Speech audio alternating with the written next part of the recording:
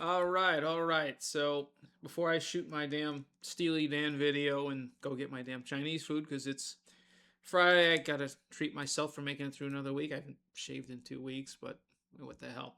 So first off, I spent all of last night and most of the day listening to Flood, Herbie Hancock with the Headhunters. This was actually the fourth and final release from the Headhunters backing group. Uh, Saxophones Benny Maupin, Paul Jackson on bass, Bill Summers on percussion, Mike Clark on the drums, and Dwayne McKnight on guitar. So you had the three. You had Headhunters, obviously, Thrust, and then Manchild. The thing is, this was recorded 2 months before Manchild dropped, so no one's really aware that Wayne Shorter from the second quintet is done some work with Herbie again after oh geez 68 or early 69, so late 68 if I'm not mistaken. Philly to Kilimanjaro, and then Sprag moments on In a Silent Way. So with this, no one knows, but the last track on this is Hang Up Your Hang-Ups, which was then unreleased globally. It goes about 19 minutes, almost 20 minutes, just a little shy. Uh, that is the difference in the material when you hear Manchild, something from Manchild versus the rest of this performance. Uh, so this was, what was this? 1975. June 28th to July 1st, it was recorded. Came out a few months later, but this was Japan only. So, and I'm not going to pull out the full cover. When I get used to tinkering with this and I can add my own, edit my own graphics, I will.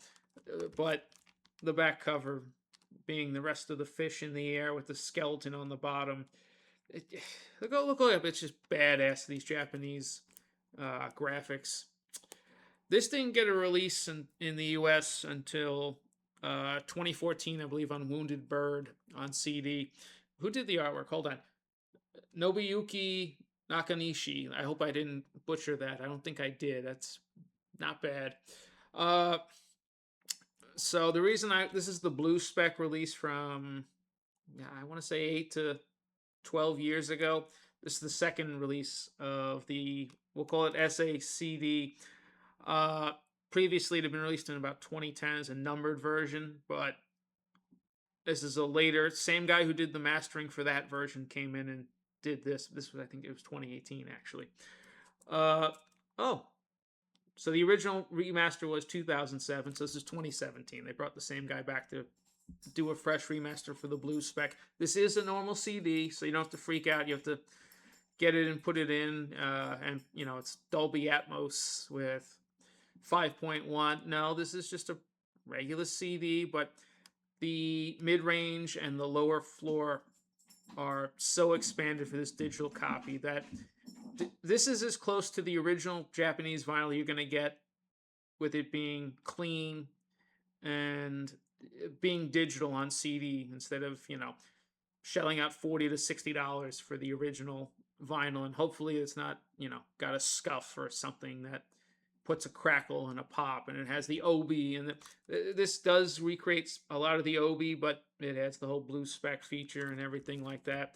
The original Japanese inserts are in there with the original fold out pictures and everything like that. I gotta say, these are the best versions of the Headhunters songs. It opens with a little brief intro, and then they do Maiden Voyage because it's Herbie. I'm pretty sure most of his shows from 68 to 78 started with Maiden Voyage. It is what it is. You get 3/4 of Thrust on this. The one missing is probably the worst song on that album, Palm Grease, which is, I know that's blasphemous to say that the opening track on a landmark jazz fusion album is not the necessity, but the other three tracks took on lives of their own, especially Actual Proof, clicks here about 8:30. That's your second track. Actual Proof blows away the studio version on Thrust, because by the time this was recorded, they've been playing most of these songs pretty much every night for a year. So, you get Actual Proof, you get Spankly at almost 9 minutes as well.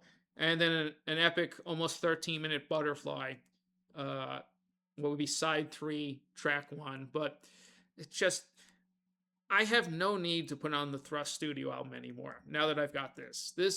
These versions, there's so much more harmonics. It's tighter. The groove is nailed down. It it it turns into the. I want to go with any of the 65 to 67 Miles Davis, like the Plug Nickel 65, where it's just could go off the rails versions, but they don't. It's so focused down that everyone's playing on a much freer, comfortable scale. There's more improvisation to these tracks. It's much looser and yet expansive.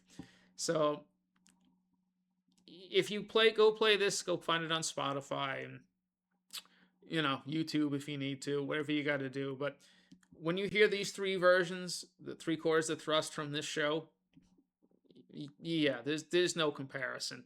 And then we get two classics off of Headhunters, Watermelon Man, which comes in with that flute note or whatever off the bat. So you hear and I knew what it was without even having to check.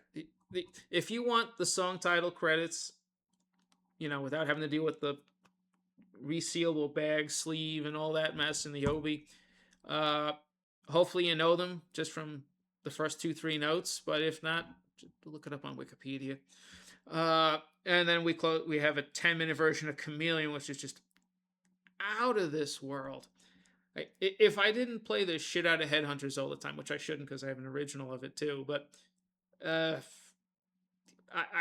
might even reach for this version of Chameleon over the Headhunter studio version. And then you close with the 20-minute Hang Up Your Hangups, which was unknown to everybody at that point. And man, you could hear the foundation for what I believe is another Japanese studio LP called Secrets. Let me double check that. I got it open right here. Was it a Japan only, or am I thinking of? No. That wasn't Japan only. But Secrets brings in. It still has Benny Maupin and Wawa Watson, who are on Manchild. But we start moving towards what would be finally the VSOP band in '77, which is Wayne Shorter coming back full time, and all but Miles Davis for the second quintet. And then we get the more Japanese studio releases and the live album Tempest in the Coliseum, which I've shown off because I have an OG copy of that with the strip. You got the other little things in between, the Herbie Hancock trio, the quintet. Then you end up at Mr. Hands at the end, which is, that's a Herbie solo album. But again, that's 1980, and that's more of those Japan only. Same thing with VSOP, Live Under the Sky. 79, I had to jump ahead to take a look. It's a lot of these Japan only Herbie albums are just something else. And Flood, if you can't, if you want the best quality version without donating a finger or two, find the blue spec remaster of Flood. That's my advice. I think I paid with shipping from a major Japanese seller that they have outsourced their things to a U.S. shop or to the Netherlands to ship it over. I think I paid like $32 for this brand new, and it's not getting any cheaper, guys.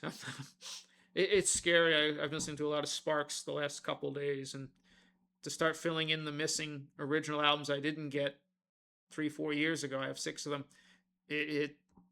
Clean copies are going for $45 just for Sparks albums. It's these Herbie albums, the Japanese ones, are not exactly cheap. You might want to go with the most, SACD blue spec CDs of those if you can't get a good deal on either the original Japanese, or if you want to deal with a lot of surface noise, uneven pressings, different mids or muddiness with the US. It is what it is. The the US CD copies aren't bad, but it loses some of the clarity and the separation and some of the transients. But it depends on how much of a maniac you are at the end of the day.